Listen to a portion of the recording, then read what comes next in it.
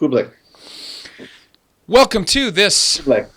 live stream hangout that we've affectionately called What Just Happened?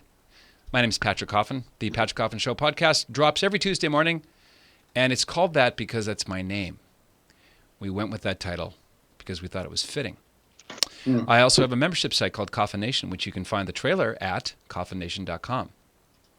Now, it's not an interview, but we are hanging out with my, in full disclosure, my longtime dear friend and brother in Christ, Mr. Kenneth Hensley. Kenneth F. Hensley is a former Baptist minister, and he became a Catholic. He became a Romanist, a shameless papist, and it caused him a lot of problems, a lot of pain, and they went and defrocked him in their Baptist ways, in the Montrose, Riverside, California ways. He's also an author. He's co-written a book with Pat Madrid called The Godless Delusion.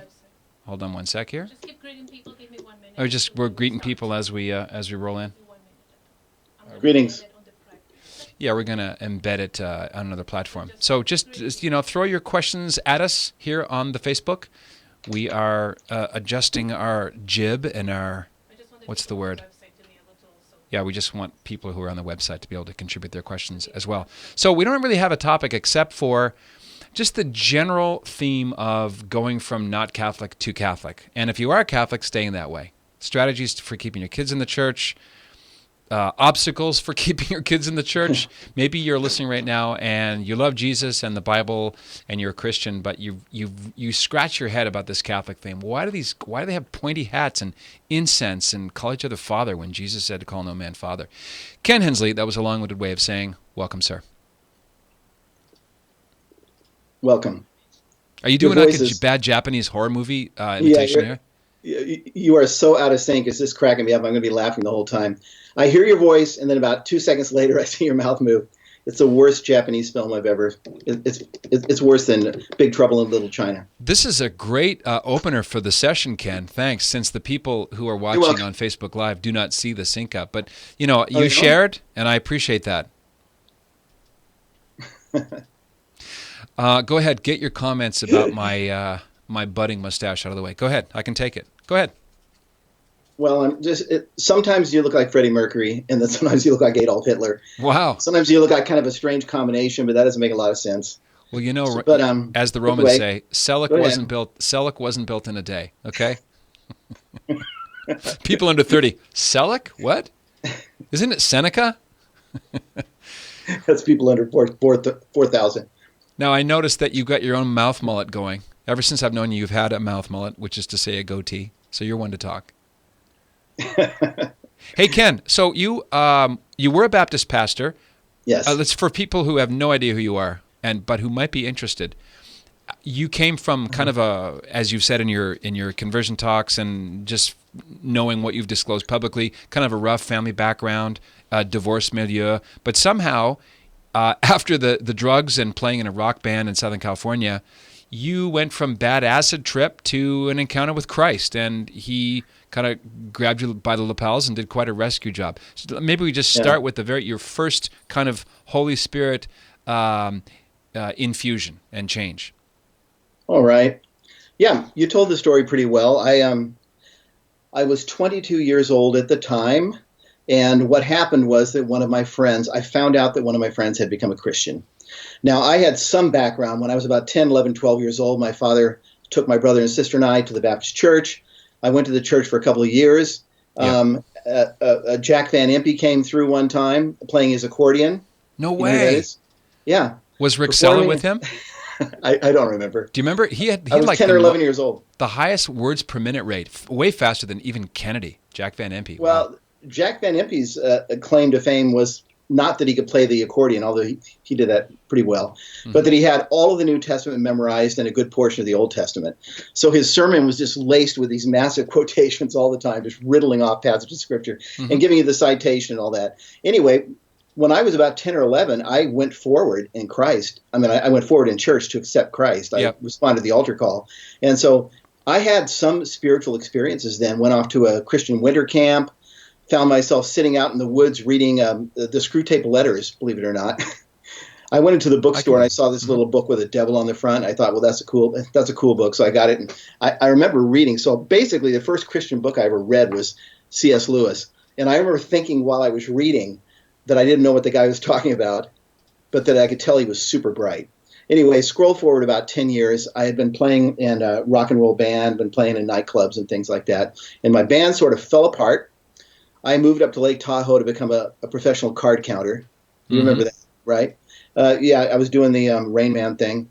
That kind of fell apart too. So for people who don't know, a card counter is a card sharper, which is to say a cheat, with getting a massive mathematical up on your opponent, chiefly through blackjack, right? So you kind of play the odds and you get an unfair advantage over your opponent. Am I summarizing correctly? Well, you're not cheating, but the house doesn't want you doing it. You're just keeping track of all. You're just keeping track of all the cards that are coming out, so that you kind of know when the deck is in your favor and you can bet more. Anyway. Fair enough. Anyway, I found out that a good friend of mine had become a Christian, and when I came back down to Riverside, California, where I lived, he and I began to go on long walks and talk. And that led to me reading apologetics. And so, again, it was C.S. Lewis. I was reading Mere Christianity, The Great Divorce, these kind of books.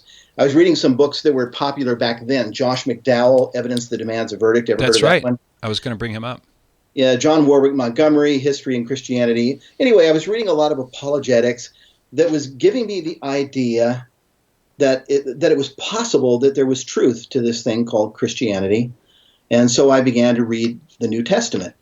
And I was reading it in hiding so that no one would know what I was doing. And it was while I was reading the New Testament that the Lord just literally walked into my brain, walked into my soul, walked into my heart. And it was the Apostle Paul. It was reading about this guy named Saul of Tarsus, this Pharisee who was breathing out threats and murders against the Christians, dragging them off in chains and all that, who had an encounter with Christ and whose life was totally changed. And suddenly I'm reading these letters that he's writing to churches. And I mean, he's going around, he's preaching in the synagogues. The Jews hate his guts. They're driving him out. They're beating him. They're trying to stone him to death. Yep. And he's writing letters to these churches in which it's just like, to the saints and faithful brethren who I love in the truth, I pray for you day and night that your faith may persevere. And I was literally, Patrick, I was just struck by the radical change that had happened in this guy's life. And I remember at one point just sort of sitting there in my bed where I was reading and just thinking, this is true. This is God speaking, And so that was my conversion. Okay. I never heard it quite compressed that way. I want to turn to we got some really great questions, and everybody who are saying that they have comments about the stash, they're just jealous of the mustache. I ignore the haters. I just ignore haters. I was laughing because I remember reading certain books when I was way too young. It was just like diving into the deep end of the pool. I had no clue what I was talking about. So you were probably wondering, why is this guy glorifying the devil? Is he writing to the devil? Are these like demonic letters? And then why does C.S. Lewis support divorce? Talk about the great divorce. That's sick, Well, actually, I wasn't that far off. I just recognized. I'm just talking about myself. I just recognized that he was over my head, that he was way over my head. Yeah. And I was a kid. And by the way, the reason I'm compressing is because I know you want to talk about 500 subjects, and we've got about, 40 minutes to do it? I don't know. And 2 hours and 40. That's why I'm compressing. That's why I'm compressing. Also, I used to work on the auction block, so. That's sort of Jack Van Impe style, isn't it? He would have made a fantastic auctioneer. That guy was awesome. Yes. Okay. So then you entered the ministry, and so just to contextualize it, this is the Larry Norman days, right? This is the Jesus people. Yeah. On the charts, you're talking the Beach Boys, Jethro Tull. You were in the Southern California. I mean, Southern California in the 1970s had a kind of the patina of cultural change. Drugs were much more normal. Everybody smoked weed, and Christian rock really began then. Were you part of that whole Christian music scene? Is that part of the impetus to you wanting to become a minister because you're a musician? No. That was awkward. Why? Isn't it true that... No.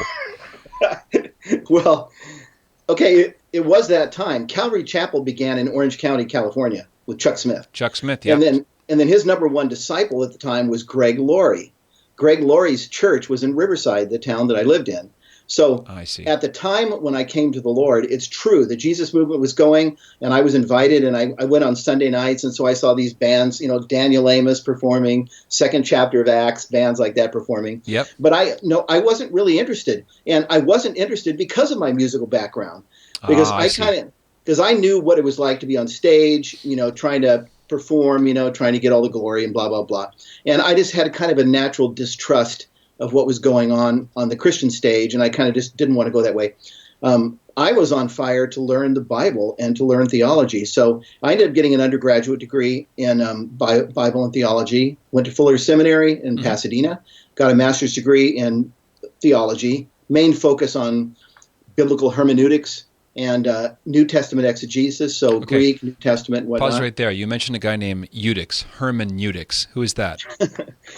He's this really smart guy. By the way, my professor of hermeneutics had a terrible stutter. He was a genius. He had an earned PhD in Old Testament and an earned PhD in New Testament, and he taught hermeneutics, but he couldn't say the word because he stuttered. He'd come into class, he'd go, hello, this is hermeneutics. And I'm making fun of it because I spoke that way all the way through high school. Up through high school, I had an amazing stutter that thankfully kind of went away as I got older. But anyway, poor guy. He was a genius. I loved him, and he couldn't say the word. But just for people who don't know. It's not a man. It's the science of interpretation. Okay, so the interpretive lens, what you bring to the text. And then did you discover Greg Bahnsen and Cornelius Van Til and presuppositionalism at Fuller? No, before that, really, it was just part of what I was reading. When I was in my graduate studies, I drifted around. I read a lot of the Puritans. I read a lot of apologetics, and yeah. Were you a sinner, like held over hell like an angry spider, vengeful God, Charles? See how I mixed all those titles? Yeah, I thought it wasn't an angry spider. It's the Puritans taught that God was an angry spider. It's a frightened spider being held by Jonathan Edwards over the pit. Yeah, that's like by an angry God. That's a Babylon B title right there.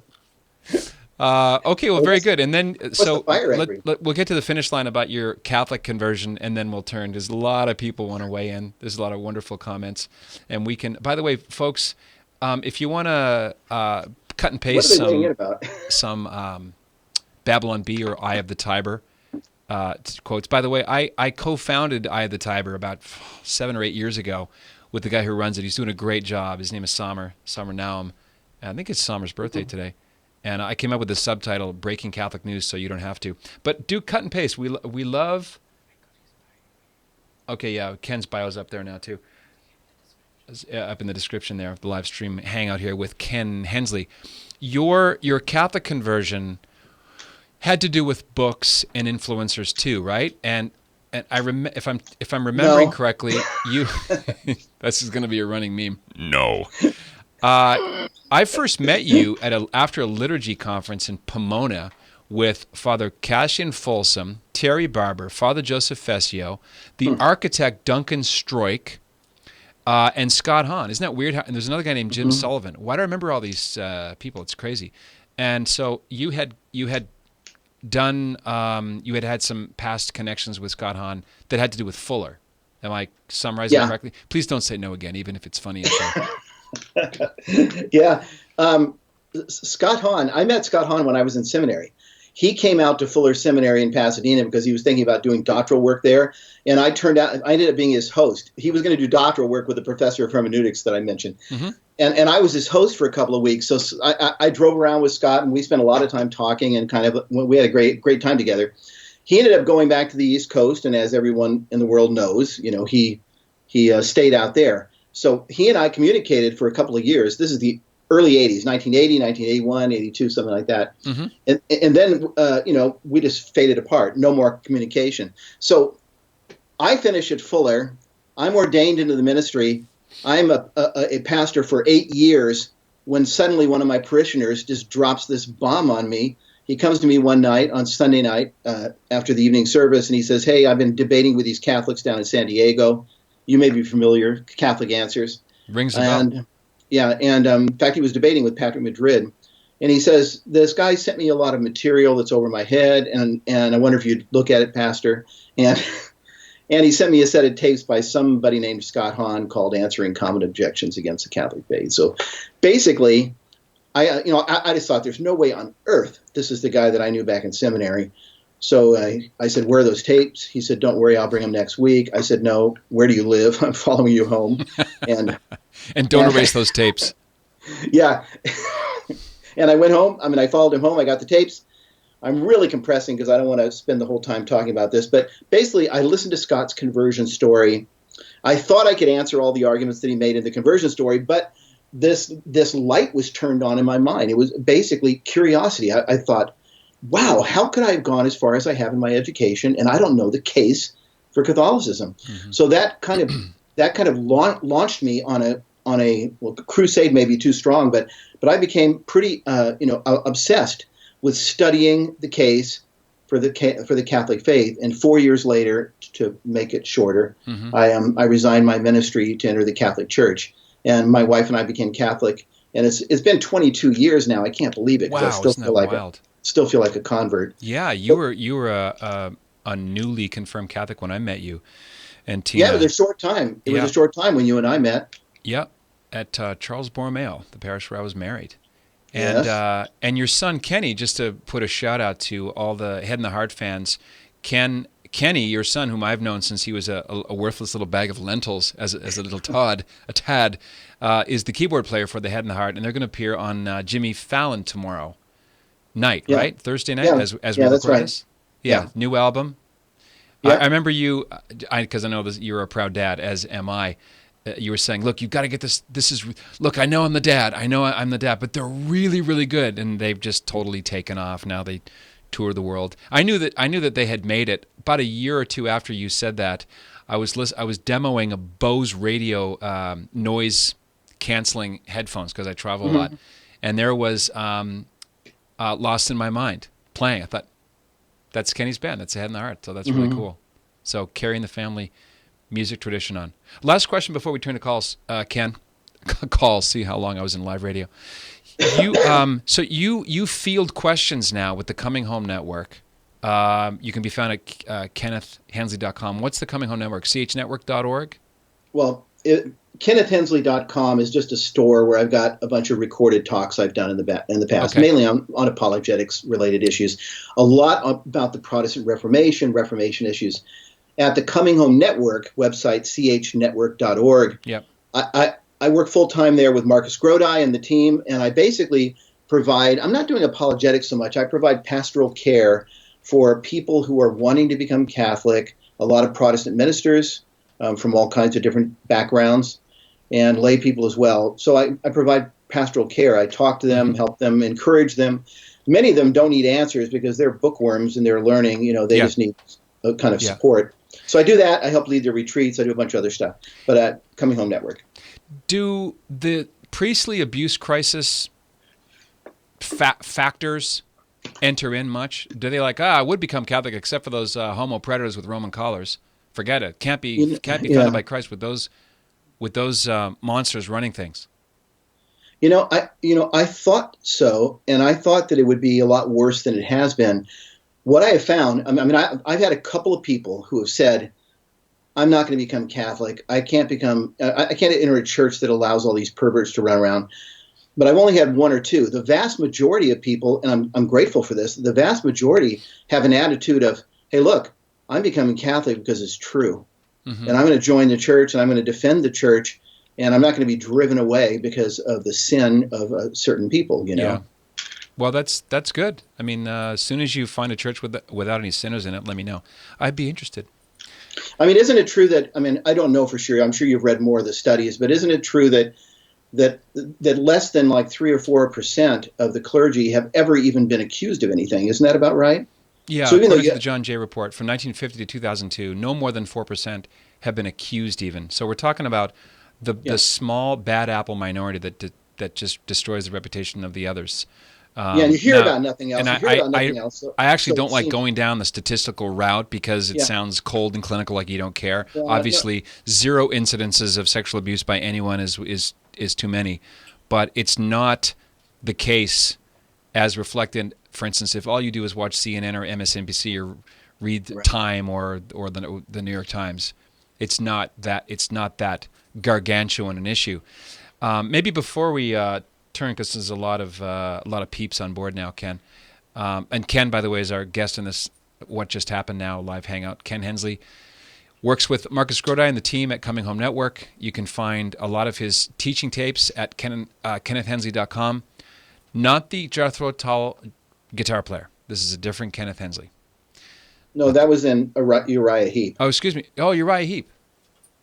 Oh, Yeah. I think I'm conflating my early 70s acid prog rock bands. Yeah, you are. Okay, very good. Thanks for loving me into changing. So the topic is we're talking about obstacles to the path to the Catholic faith and what speed bumps people have along the way and how to answer them. Do you ever get any like head scratchers about Pope Francis as an obstacle, or is that also kind of back burner for most people who at your level of intellectual engagement, they're sort of already in the ecclesial barn door, right? Yeah, and I would say that it's about the same, really. It's interesting. We talk about it on staff, and we have our varying levels of concern about it. But I'm surprised at how few of the people that come to us have that on their mind too much. Yeah. And, we do want to remember, at the Coming Home Network, we keep in mind that we're dealing with people who have begun to read and begun to listen and are learning and are falling in love with the Catholic faith.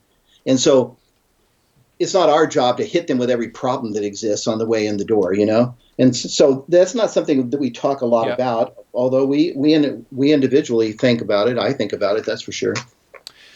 Give me your favorite recent Babylon Bee title. Oh, I don't know. Let me look here. I saved a couple for you because you asked me to do that. I just found one from today. Experts warn, this is the BabylonBee.com. By the way, I'd love to know who runs this and have them on my show because they're brilliant.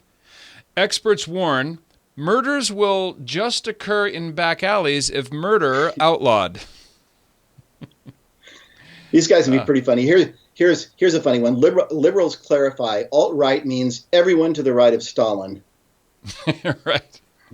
This is the Alabama law. Bunch of backward hicks in Alabama among first to ban most barbaric practice known to man. Wait, read that again. Bunch of backward hicks in Alabama among first to ban most barbaric practice known to man. See, they take out the definite articles to make it, headline worthy. Headline. Here's another funny one. See, to show respect for the Sri Lanka victims, Democrats vow not to mention their religion at all. to show respect. See, when you laugh at, same with Eye of the Tiber, it's like the Onion. Should I feel guilty for laughing? Because these are like taboo breaking, and this is why comedy is so important.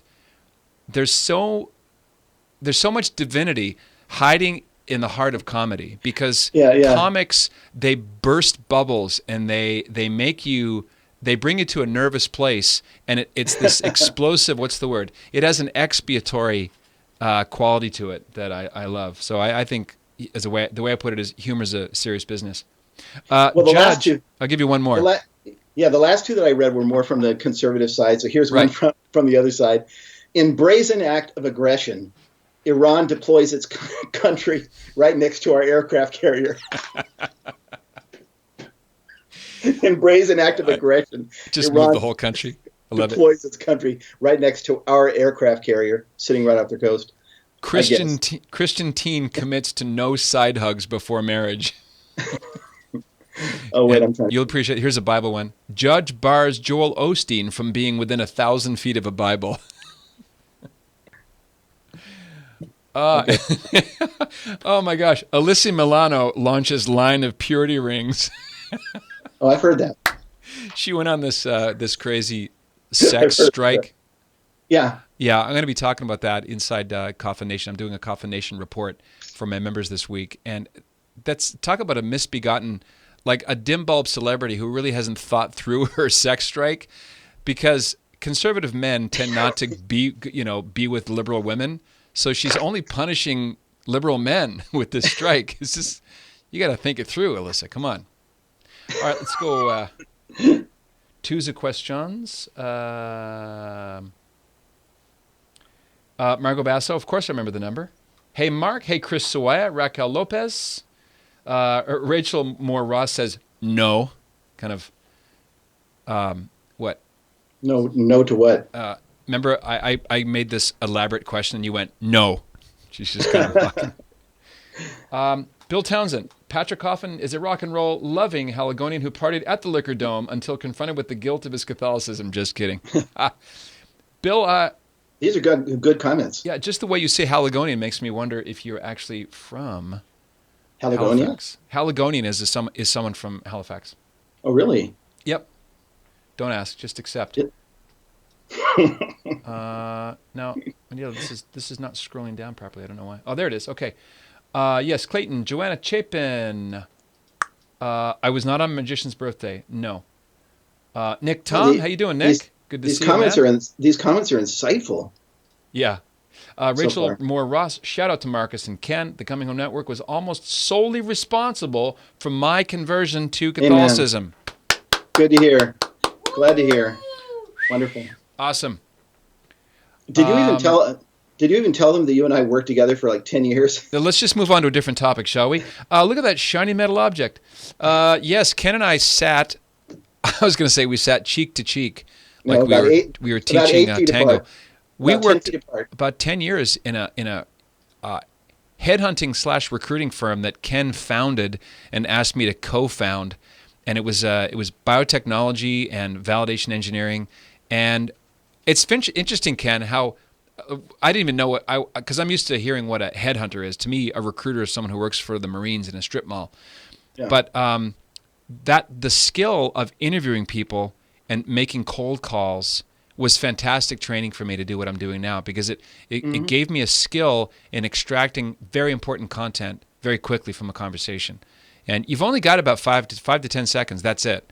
It's not like, we'll give you a 30-second audition. People are busy. You have to make yourself interesting, and you have to scratch them where they itch. So, yeah, that's true. Summer, I don't know. Maybe because I hate him. Don't overthink it. The left is killing comedy. There's lots of things you cannot joke about now. Jerry Seinfeld will not go on any college campus tours anymore. You can't do it. If you mention the gay, if you mention the trans, if you mention a lot of interracial stuff, can't go near it unless you're black. There seems to be a big comedy double standard about all kinds of American political, left, right, black, white, spectrum type comedy.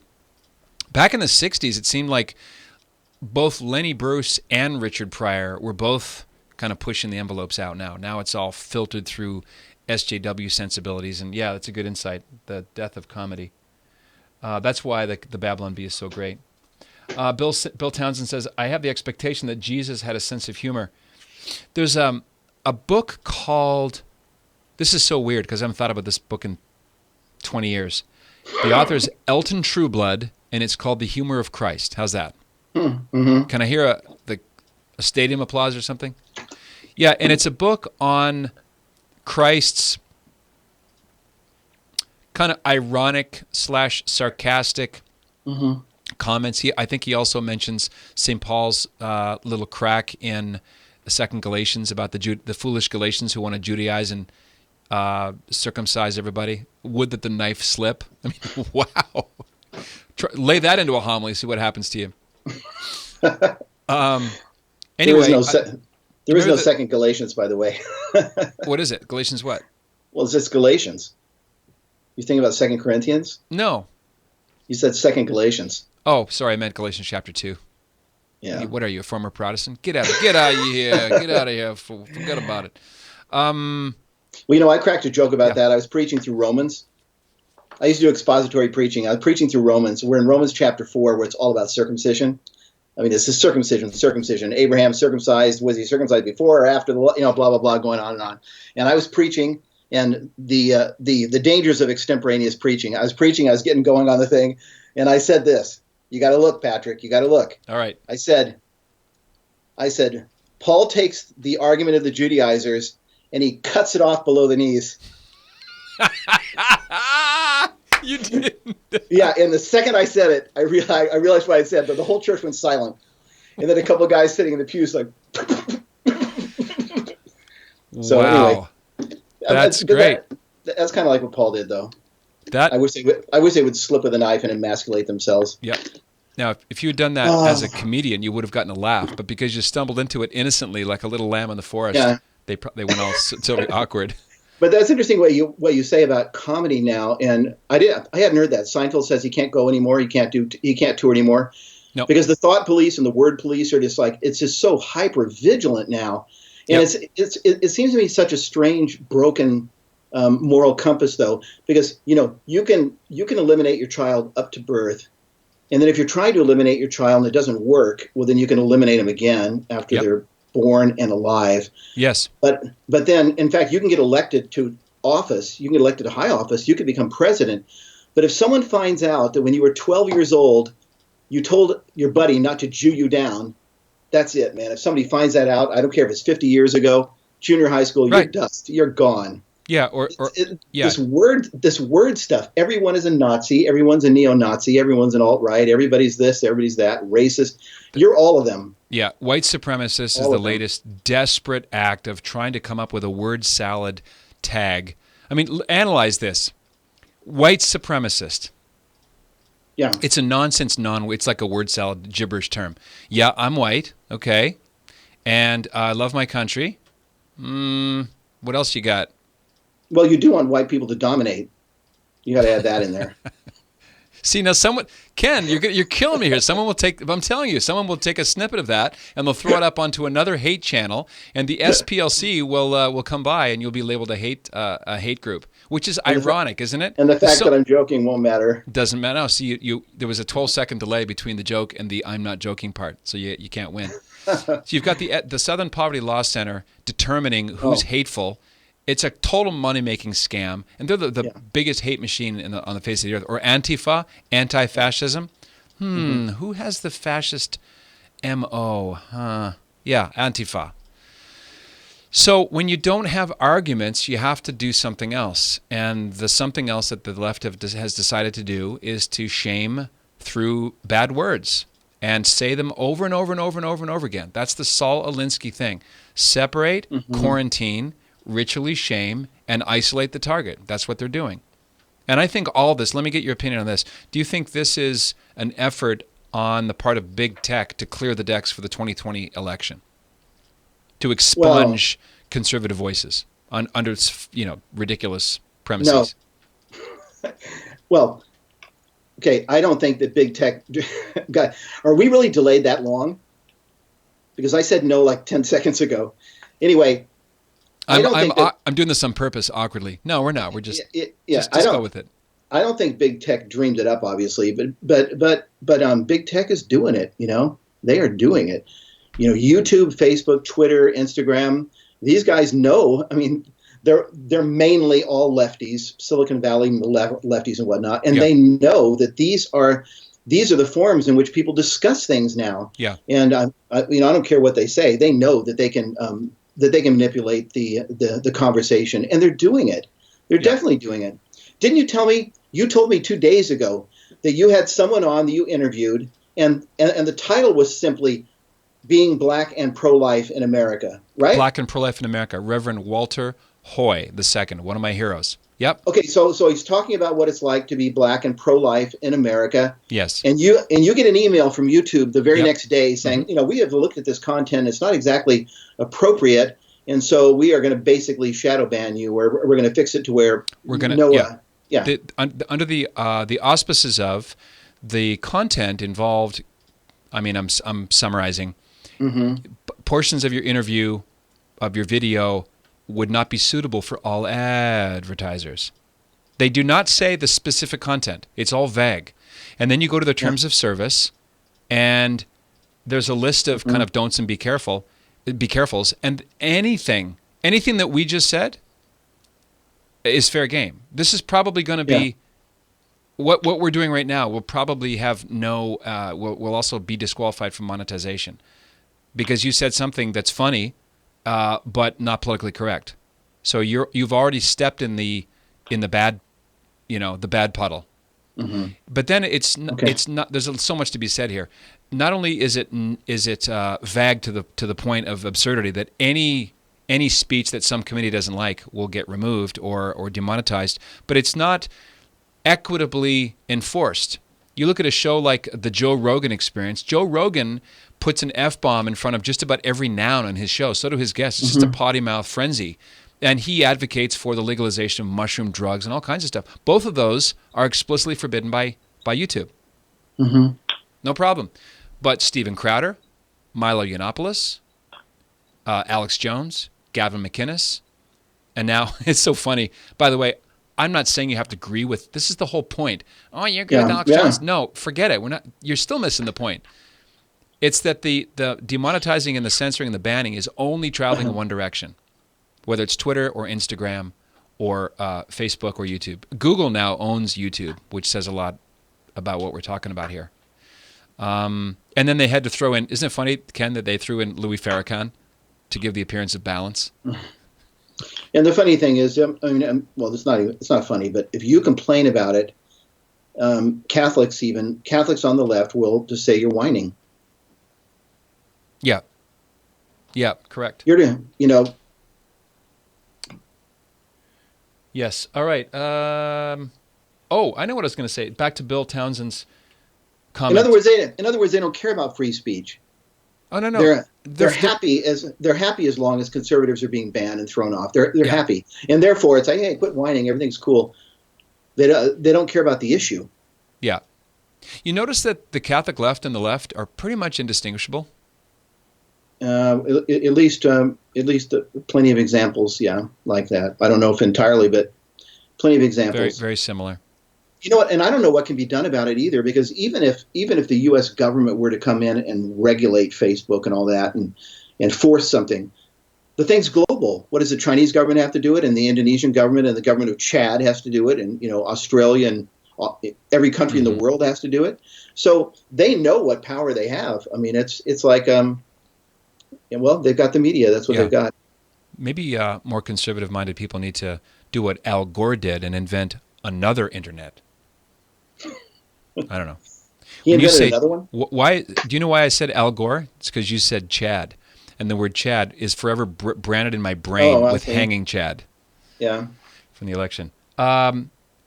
Bill said, I have the expectation that Jesus had a sense of humor. Chesterton has a wonderful saying, which I'm probably going to botch, but he's talking about all of the qualities of Christ's personality that are on display in Matthew, Mark, Luke, and John, except one, and that is his mirth. He said that's the one thing he's saving up for heaven. Like the funny, I guess mirth is the right word. I mean, Chesterton was a master of the English language.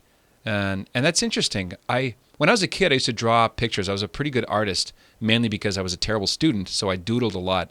And when I would draw Christ, I couldn't seem to get him happy. All my Christs were sorrowful or like super serious, And you look at him in the Gospels, and he sets his face like flint. He's kind of stern. There's no visual depiction, obviously, but he spoke also softly. Even when he spoke softly, you notice this? When he addresses the woman in John chapter 8, this is a woman who just about got her head bashed in by stones. Imagine being stoned to death. And she's dodged that bullet. They've dropped their stones, and she's sitting there, probably very nervous.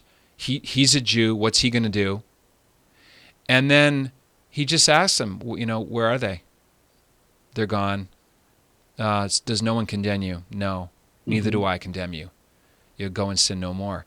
It's tender, but it's also sturdy. There's no huggy. There's no Bob Ross painting sentiment. He treats you with dignity, but it's masculine. I guess that's where I'm going with this. Christ is a man's man. Does that make sense? Don't say no. Say yes, Patrick. It does. It really does. Yes, Patrick. It makes sense. All right, back 2 questions. Peggy Hum, John Rivetto, Bob Wilson, Kevin Coutura, welcome aboard, Mark Casanto, April Yeager, Alana Berg, Heather Cherniak, Chris Sawaya. I don't know how Chris Sawaya made it onto here. They'll let anybody in. Wow. Michael Buchanan, Margot Basso, Dale Price. Hey, all the gang's all here. Rachel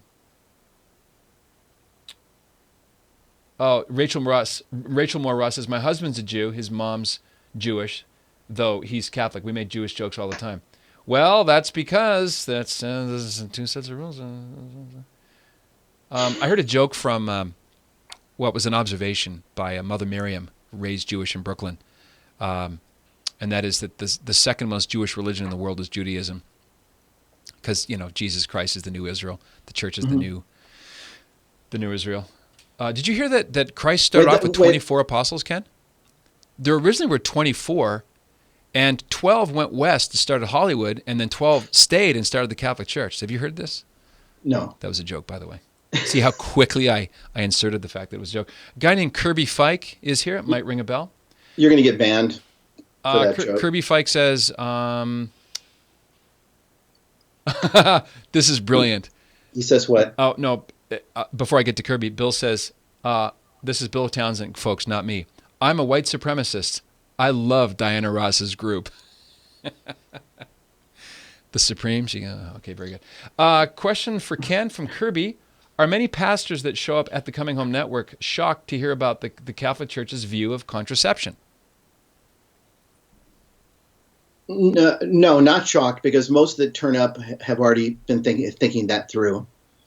I wonder. So yeah. So hey, Kirby, now you know what it's like. No, that is interesting. That hardly ever comes up. I don't think that.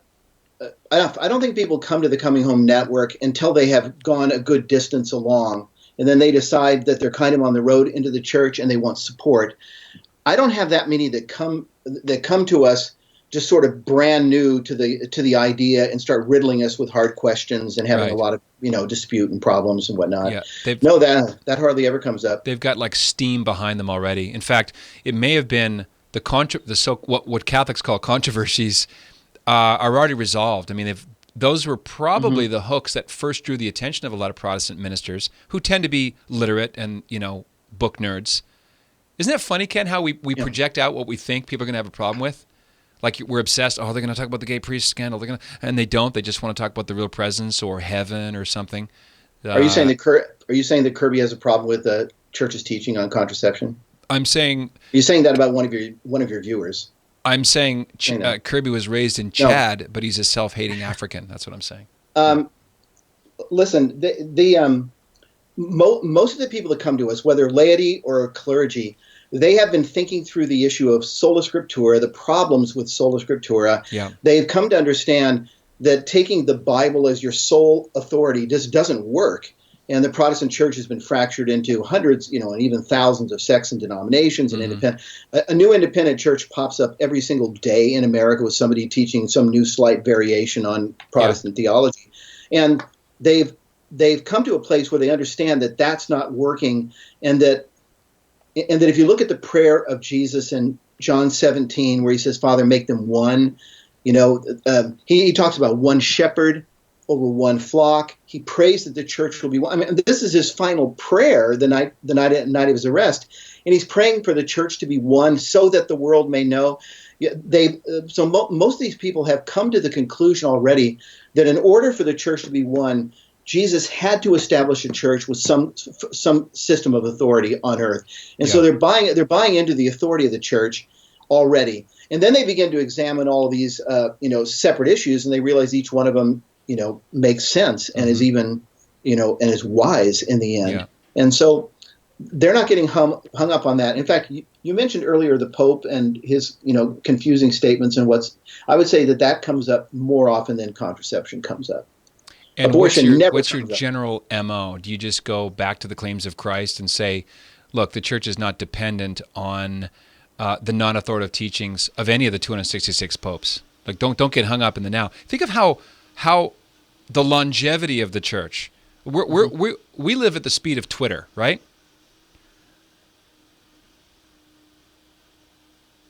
That was a really, really awkward long pause. Am I still pausing for you?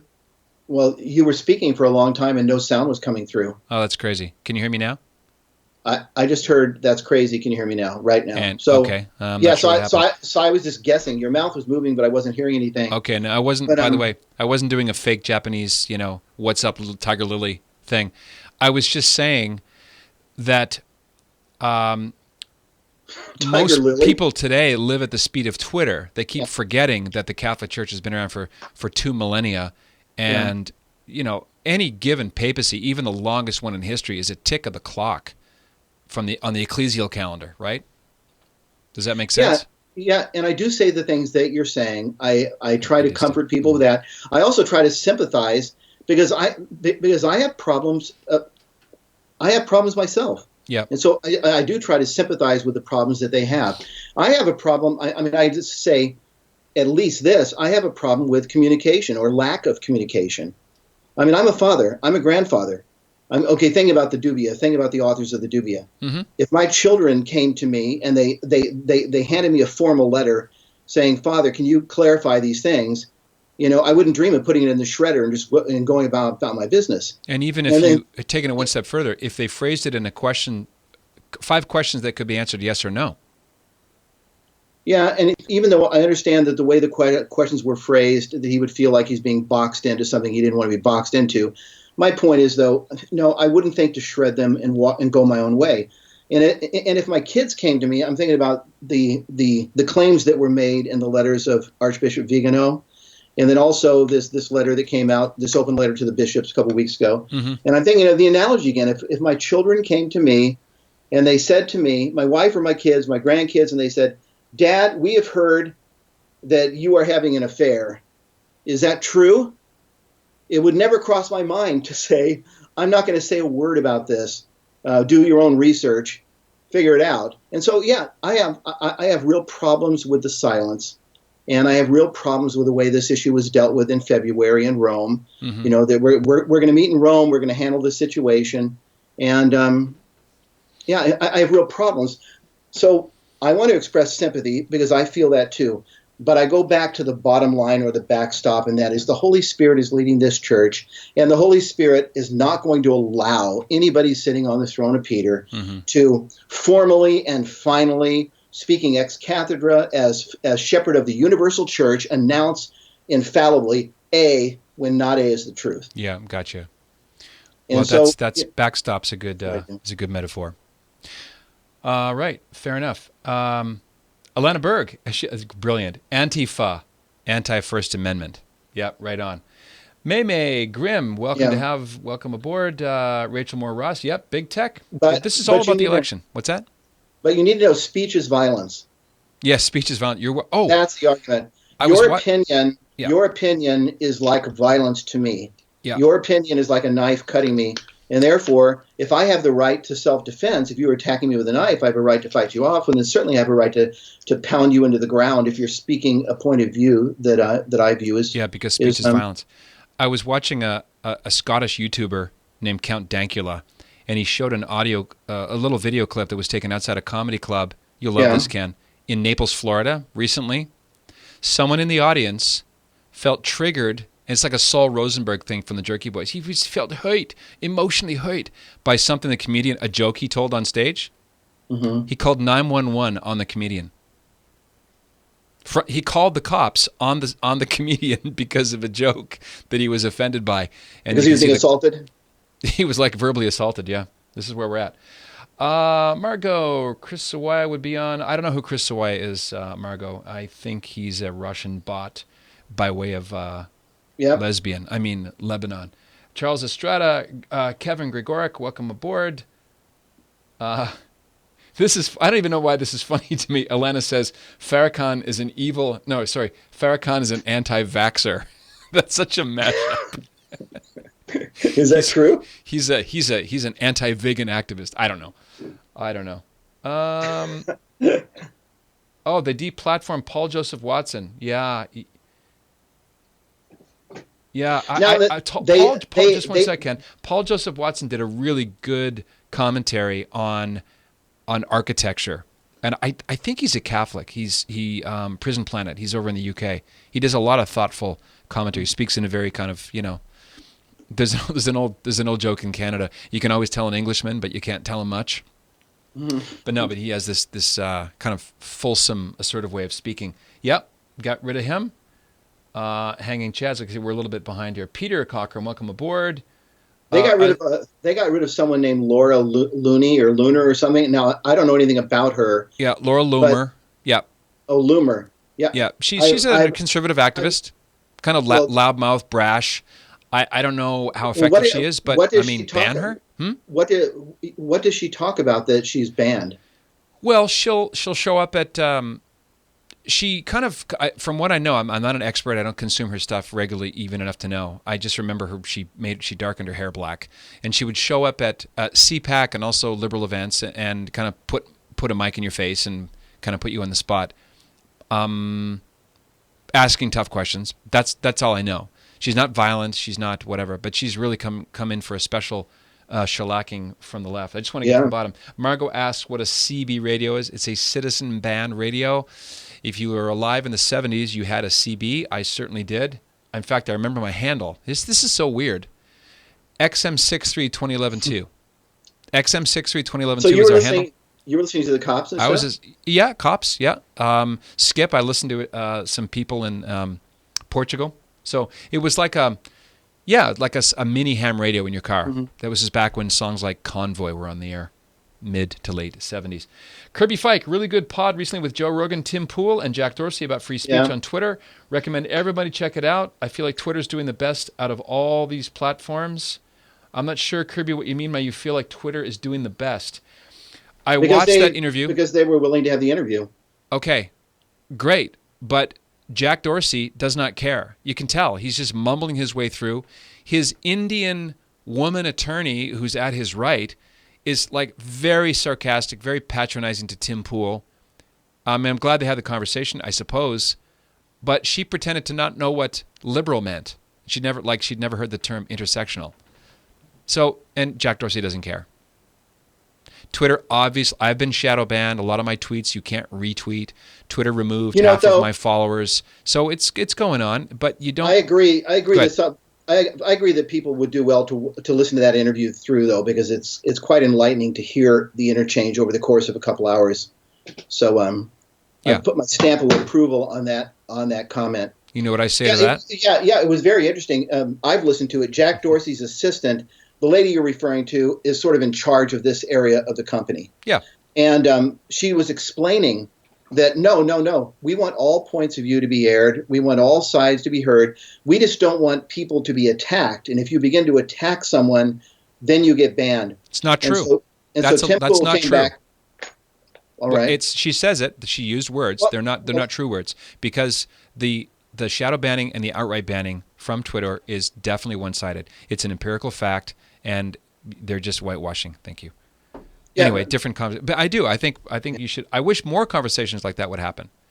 I wish that a really articulate pro-life debater could go up against whoever the CEO of Planned Parenthood is, or a pro-choice Catholic politician would go up against, a pro-life politician. Because now, if you'll notice this, Ken, at the state level, which is really all we can hope for, even if Roe v. Wade is overturned, the states are going to decide on abortion. And when you've got Alabama and now Georgia passing restrictions, you can see the meltdown. You can see the left losing the narrative, and they're kind of turning the volume up on the rhetoric and wanting to go after people for being hateful and so on. I mean, Alyssa Milano going on a sex strike. Wow. I mean, she's, I guess, in favor of chastity suddenly.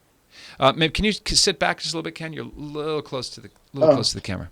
Very, very good. Sorry. Talking to Ken Hensley of the Coming Home Network. chnetwork.org is the website. We're talking about conversion to the church, life as a Catholic. If you're a political conservative, or if you're fully a man or a woman of the left, we'd love to hear your questions here on Facebook Live. We're overcoming some initial tech glitches because it's all a learning curve. So in the meantime, hello to Phil Morgan and Paul Tauk, maybe Noel Maring. Hey, Noel. Kirby Fike writes "lol," LOL. I don't know what that means. Kirby, lol. Lol. Yeah, Ben Shapiro needs some. Ben Shapiro needs a little bit of baptism. That's true. Caroline J. Smith. Bill Townsend says the best way to learn Catholic apologetics is to marry a Pentecostal with both parents as pastors. That's awesome. True enough. Kirby asks this. Now, this is a question that's going to really rock your world. Are you ready?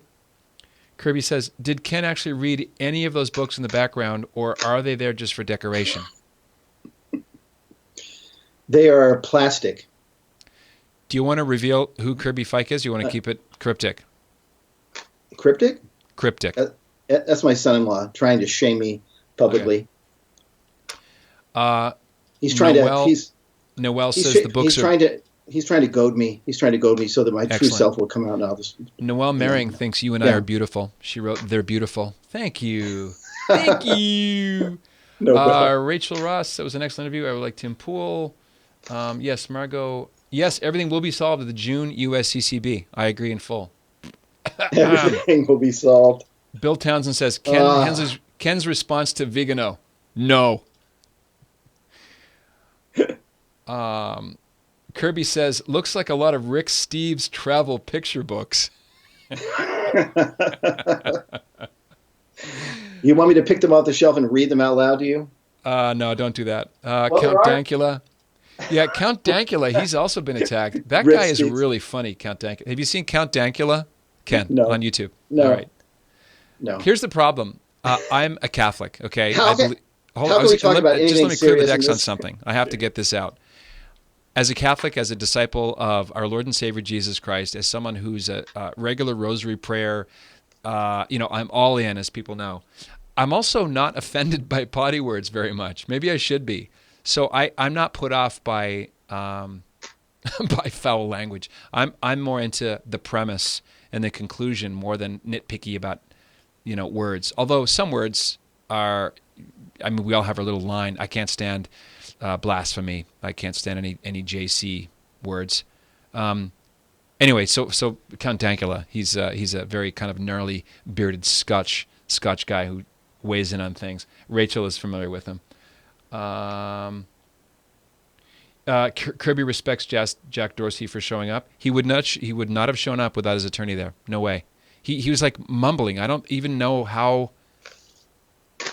much he even understood, or how much. He's the CEO. He's floating around up here. Yeah, he's a really weird dude. He's always got He's floating around up here looking at the numbers. Yeah, and he does these super extreme, like ultra marathon fasts.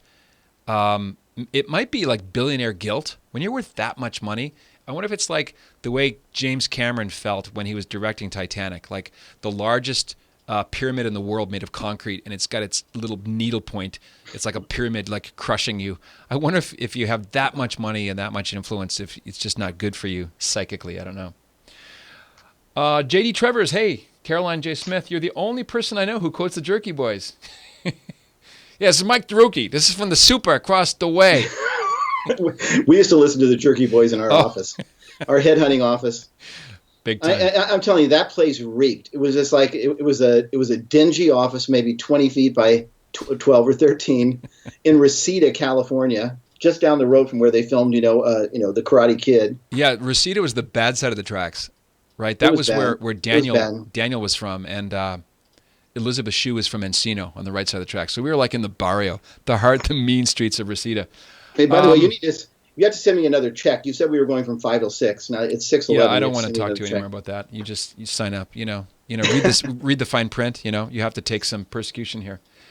Margot's born in 1991. Wow, let's have the Berlin Wall had only been down for 2 years. Wow. Laura Loomer talks about anti-Semitism by Olar and Talib. I'm the wrong guy. I don't consume her enough.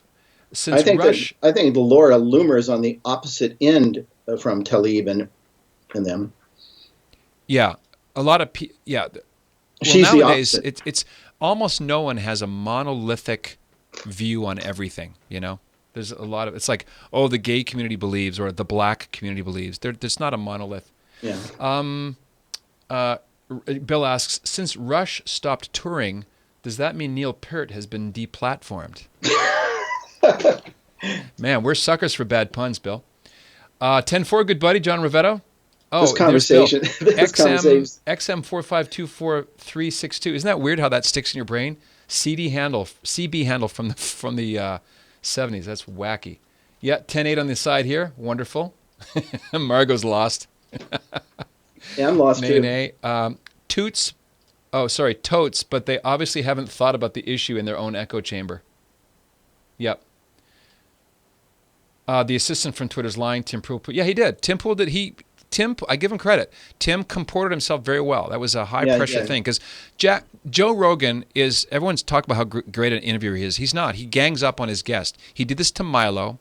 He did this to a number of the high-profile people. I want to say Owen Benjamin, one of the Jordan Peterson interviews, I think. Tim Pool was certainly with Tim Pool and certainly with Milo. He does this. He looks to his right, to his producer, like, can you believe this guy? It's kind of goading them, pushing them. So Tim, I thought, did a very, very good job pushing back against, think of it, the CEO of Twitter and his decision maker, plus a semi-hostile, or who's pretending to be objective host. So that was not an easy scenario to walk into. Jack admitted they live in echo chamber is a huge step. Yeah, I agree with that. Certainly want to be fair. Lila Rose, Trenhorn, Abby Johnson are all willing and waiting to have a civil debate. That's the thing. This is the thing. I disagree with liberals on a lot of things. I'm opposed to a lot of leftist policies. I want to argue. I want to have a debate. I want to see where the first principles are. What's the line? What do we agree on? What do we don't? But they don't want to have that conversation. They just want to tag you as this, that, and the other bad thing. And if they can't silence you, they can deplatform you and kill off your ability to make a living. Instead of letting the ideas float around in the market, bad ones will die and good ones will rise. The truth is practical. Yeah, there's the William James thing. There's a practicability to the truth. The truth works, but the truth is also metaphysical. The truth is about being. It's about the nature of reality. And why can't we have a conversation about what's real? That's the end of my speech. Well, that's a difficult question because we don't live in a world in which real is even thought to exist. So I think that the strategy grows out of their own lives, but it grows out of living in a culture where we have a 5-second attention span anyway. And so they just know that it works better just to call you a name. I'm sorry, what was that, Ken? I wasn't paying attention. Could you say that again? I said it works better just to call you a name. Slap you with 2 or 3 names and you're out of the picture. They just simply destroyed you. In fact, I've read some Catholic bloggers who say the same thing. No need to argue, no way to reason with them, just destroy them. We just want them destroyed. And this is the path. Crush them. Yeah. By the way, I was Ken because you said. By the way, I got that idea from Rick Steves. It was one of those books back there. All right, that's beautiful. I think it's when he was traveling through Hungary. Thanks for sharing that. The neo-Nazi country. Comedians are the only ones having these conversations, unless you've been kicked off the fishing boat. Yeah, and Joe Rogan does not make me laugh. I'm sorry. Joe Rogan to me is not funny, therefore not really a comedian. He also lets really vicious anti-Catholics unspool whatever they want to on his show. And Joe Rogan is a classic lapsed Catholic know-it-all. Bigot. I had Norma McCorvey on my talk show once. Really? You had Norma McCorvey, the real Jane Roe. Interesting. Slice of history right there. Noel is arguing now with Kirby. There's a fight breaking out in the stand. Stop stealing my points. Can you bring them on the screen? No, I don't have that capability. Okay. And even if I did, I probably wouldn't because you said something hurtful earlier about not wanting to continue the conversation. That was my talking point. I'm dropping F-bombs. Well, I just keep looking at you and thinking of Freddie Krueger. I mean, Freddie Mercury. Adolf Hitler. Nice. Heather Nicole Suarez. Check Twitter. Free speech. Well, listen, Ken, we covered a lot. I can't believe it's been an hour and like 15. What? I'm just laughing at the idea that we covered a lot. We're just like Well, we were extremely eclectic. Now we did have some tech issues, so we're about 10 minutes behind. So I would like you to just talk. I want you to talk to me about the Republican Guard and the situation in Tehran. I'm not going to talk about politics in that depth now. I'm just kidding. Ask me a question that you don't think I'll answer. I'll just tell you, I oppose those that are hungering to find a way to get into war with Iran right now. I oppose it. Well, there's a lot of anti-Iran stuff coming over the news, Handsome. Like if you read Drudge Report, there's a new thing. Rogue state, they're doing this, doing that. I know. Like I said, I had that funny joke. I'm going to read it to you again if I can find it. Oh, yeah. In a brazen act of aggression, Iran deploys its country right next to our aircraft carrier. Yep. There you go. Jesus criticized for lack of diversity among apostles. You mean they were all Jewish? Or they were all what? It doesn't They're say. But I don't like where you're going with that. Well, I mean, they were all the same color or what? What do you mean? All the same height? They had all... Complementarian man authoritatively delegates all decision-making to wife. This is great. 7 easy steps to looking humble while bragging on social media. Good deal. Isn't it interesting how human pride is at the root of so many fights, so many problems, so much friction? Did you read the Arthur C. Clarke book or see the movie 2001: A Space Odyssey? I saw that movie one time, I think in 1974, and I was on acid at the time. Because even without acid, the movie itself is an acid trip. That must have been crazy. Because a friend suggested it, and we went, and all I remember is the movie was like really, really long and slow. That's all I really remember. Yeah. The key plot point is when HAL 9000, the red-eyed computer, is told by Captain David Bowman, who's played by a Canadian actor named Keir Dullea, by the way. Well, you keep interrupting my story. Why are you ruining my story? Are you trying to deplatform my story? Why are you banning free speech? I'm expressing ideas you don't like. I was thinking, why do you have this thing memorized? I don't. This is a crazy thing about my memory. Keir Dullea played Captain Bowman, and Gary Chapman played the other guy. Directed by Stanley Kubrick. Now, HAL 9000 made a mistake in something to do with the transmitter that kept the spaceship in communication with Earth as it heads to one of the moons of Jupiter. And Captain Bowman notices this and fixes it, and he says, "Hey, Hal, there's a little error here on your tabulation." And that's when HAL 9000 decides to lock Bowman out of the craft. Remember, Hal, open the pod bay doors, Hal. "I can't do that, Dave." Great, totally calm voice. And it's pride. The computer was so complex that it got to the point where, there was like lack of humility in having a mistake pointed out. That's kind of where the main plot point. So if it's just interesting on Twitter or in an audience scenario or Facebook, I can be unaffected by an objection. But if someone puts it in a smarmy tone that's like trying to rub my face in it, I definitely, something switches, and I realize they're trying to go a little subtle ad hominem stuff. They can't. Some people can't seem to help dragging in some personal dig rather than going after your ideas, like a logician should. No, I agree. I know you're on those things. I know it's part of your work to be on those things. I'm not on Twitter. I'm not on Facebook. I use Facebook to put a picture of a grandchild up once in a while. I don't like the conversations. They are all sort of hellholes as far as I'm concerned. I don't like the way the conversations happen. Go to hell, Ken. Yeah, I don't like the way they happen. Where? Everywhere. Well, I mean, what about this conversation right here? Not well. You and I are just chit chatting. I'm talking about serious conversation on Facebook pages, on Twitter or whatnot. I hate to read them. I hate to look at them. You talk about pride, yeah, and the responses of people. I mean, I used to engage here and there in things, and it was just it was kind of amazing to me how quickly things go bad. Yeah, they go south. I don't like it. Bill says, I find it very hurtful. Like Ken's words are violence to Patrick's story. Smarmy tone about the stash, yeah. You should have heard us. You should have heard us in the recruiting office. Yeah, you and I agree. We could never stand for public office, ever.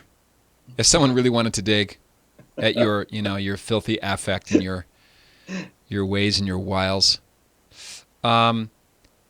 And yet you're engaged in Christian ministry largely over the internet. Do you prefer talking to people on Skype? Do you do that now so you can kind of get body language and eye contact? Because let's face it, Ken, I'm sure you answer the same question 10,000 times about Sola Fide or Martin Luther or John Calvin.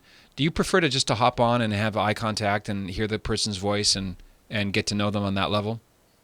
I do prefer it. Not everybody has it. In fact, a great number of people don't have it that I deal with. But yeah, I prefer it. And I prefer face-to-face above all. Our retreats are the best place when we get off with 20 or 30 converts for 4 days straight. That's the best, far and away. Yep. Yeah. When it's just an email, you can forget that it's a human being behind it. Yeah, and you just start bam, bam, bam. Or pebbles, pebbles, pebbles. Or bam, bam, bam. All right, there's a Flintstones reference for you for free. There you go. Yeah. Did you know that the Flintstones is actually the Honeymooners for kids? It was based on the Honeymooners? It's based on the Honeymooners, yeah. Fred Flintstone is that makes sense. Is Jackie Gleason, Barney Rubble is Art Carney, et cetera, et cetera. Yeah. Okay. And by the way, who produced that show and who directed it and what are the names of the Well, I know the TV show was one of the first actually recorded in front of a live audience, and Hanna-Barbera produced. That's enough. The Flintstones. Here's a trivia question: what was Fred Flintstone's boss's name? I don't remember. I know he worked at the Rock Quarry, and I know he went to the Water Buffalo Club, right? Or he was a member of the. I don't remember. Anyone on? What's his name? I'm going to see if any of our thousands of viewers up and out there. Anyone know? Fred Flintstone's boss? Yep, this is a good one. You could probably Google it really fast, but I don't want you. Yeah, that's right. These people are very deceptive. Mr. Slate. Oh. Yeah, hey, okay. Bill had it up there. Fantastic. Yeah, we're done with that. Okay. Ken, it's been nice. Yeah, I had another question for you, and that is, what's the fastest way for people to hire you to speak, to tell their Protestant friends about the Coming Home Network? What's the shortest distance between right now and connecting with you, website-wise? The chnetwork.org. My email at chnetwork is kenh@chnetwork.org, cominghomenetwork.org. KenH@chnetwork.org. Yep. KenH at chnetwork.org. Okay, I'm just typing that in. Fantastic. And I'm also going to put Kenneth Hensley. It is Uriah Heep, you're right. I thought, for some reason I was thinking Jethro Tull. Ian Anderson. Kenneth Hensley. Yeah. Yeah, one thing people need to pay attention to you about is that you are unusually knowledgeable about the family of origin and the historical context of Martin Luther and John Calvin. I don't know anybody who knows more than you do about those wide swaths of biographical and historical information that colored the theology of these men and why they decided to do what they did. So KennethHensley.com is a spot to find those things. Yeah, I was going to say, despite what you have seen on this wide-ranging, in-depth interview, yeah, I do teach and I do speak at conferences and all that. Not on these subjects. I don't talk about your mustache or anything like that at the conference. But a talk needs to. I think you should do a whole talk series, like a multi-volume set on my handsome mustache. Well, it's just that it's new. I've known you for like 20 years and you've never had one. Does it look real though? I'm going for a. Well, is it real or is it stuck on? Art of manliness style. Anyway, it's real. Thanks for being a gift, Ken. Again, it's real. Ken's son's band is on Jimmy Fallon tomorrow night, The Head and the Heart. Go, Kenny. And, it was... Anything else? Any last thoughts? No. Perfect. All right. So I just put his website there and also the Coming Home Network website and Ken's address, kenh@chnetwork.org. Wish we could go longer. Maybe next time we will. I would love to know if you can do this again, because I know feedback's going to be really high. It's a lot of fun, and I like that you're willing to to take questions as well on the fly. We're going to find a way to put the questions up so you can also see them. And maybe we can throw up some parody news, Eye of the Tiber, Babylon Bee stuff so that people can see it as well. I do want to mention two things before I let you go, Ken. One is the doors to Coffin Nation open up in a couple of months, really. It's early July. So coffinnation.com, get on the waiting list. You can watch the trailer. There's no mustache, but it's still pretty good. Coffinnation.com. Also, we're going to Germany. We're going to go to Regensburg, Altotting, Dachau, Salzburg, Austria. It's culminating with the Oberammergau live Passion Play. So if you want to go to Germany for this live, it only happens once a decade, go to Patrick Hoffman. In fact, I'll put it right here. patrickhoffman.media/pilgrimage. Pilgrim. There it is. We don't lead tours. This is a faith-filled experience. This is growth in relationship with Christ. So if you want to go, it's May 17th through 25th next year. Our spiritual director is the great Father Willie Raymond. We're going to have a blast. That first bus is already starting to fill up. Don't miss it if you want to go to Germany and learn about a young man named Joseph Ratzinger, and we're going to be in the church where he was baptized, hear his whole family biography, and learn about how influential Bavaria was in the evangelization of Europe and the West. I know you've been to Germany, Ken. What was your thoughts on Germany, your memories? I've only been there once. I went with Steve Ray, and we did a tour about the Reformation, and I was the one lecturing on Reformation, Luther, and all that, and I found Germany beautiful. Wonderful. So you're going to stick with the word beautiful? Yeah, and we're going to go, I'm borrowing it from Noel, and we're going to, I want to go there again. We're probably going to lead a pilgrimage to Germany with the Coming Home Network. We're going to time it to conflict with yours. Yeah, I was going to say, if you do that, I will deplatform you, and I'll go full Saul Alinsky. Well, you need to make sure in all of your advertisements for this trip, you need to make sure that every 4 or 5 words you put in parentheses, this doesn't mean that I'm a neo-Nazi, the fact that I want to go to Germany. This doesn't mean I'm a neo-Nazi. It doesn't mean I'm a neo-Nazi. Asterisks, no white nationalism expressed in this. In fact, please understand that I'm just joking. All right, Ken Hensley, it's been a blast. Thanks for joining us. And all right. Your contact info is going to hang there until the internet is destroyed because of the second law of thermodynamics. Dynamics, okay. Yeah, awesome sauce. Okay, brother. Thanks, you, Ken. We'll catch you on the flip. Be a saint. What else is there? And happy Easter. Bye-bye. You too. Thanks for everyone else for joining us. It's been a blast. Till next time.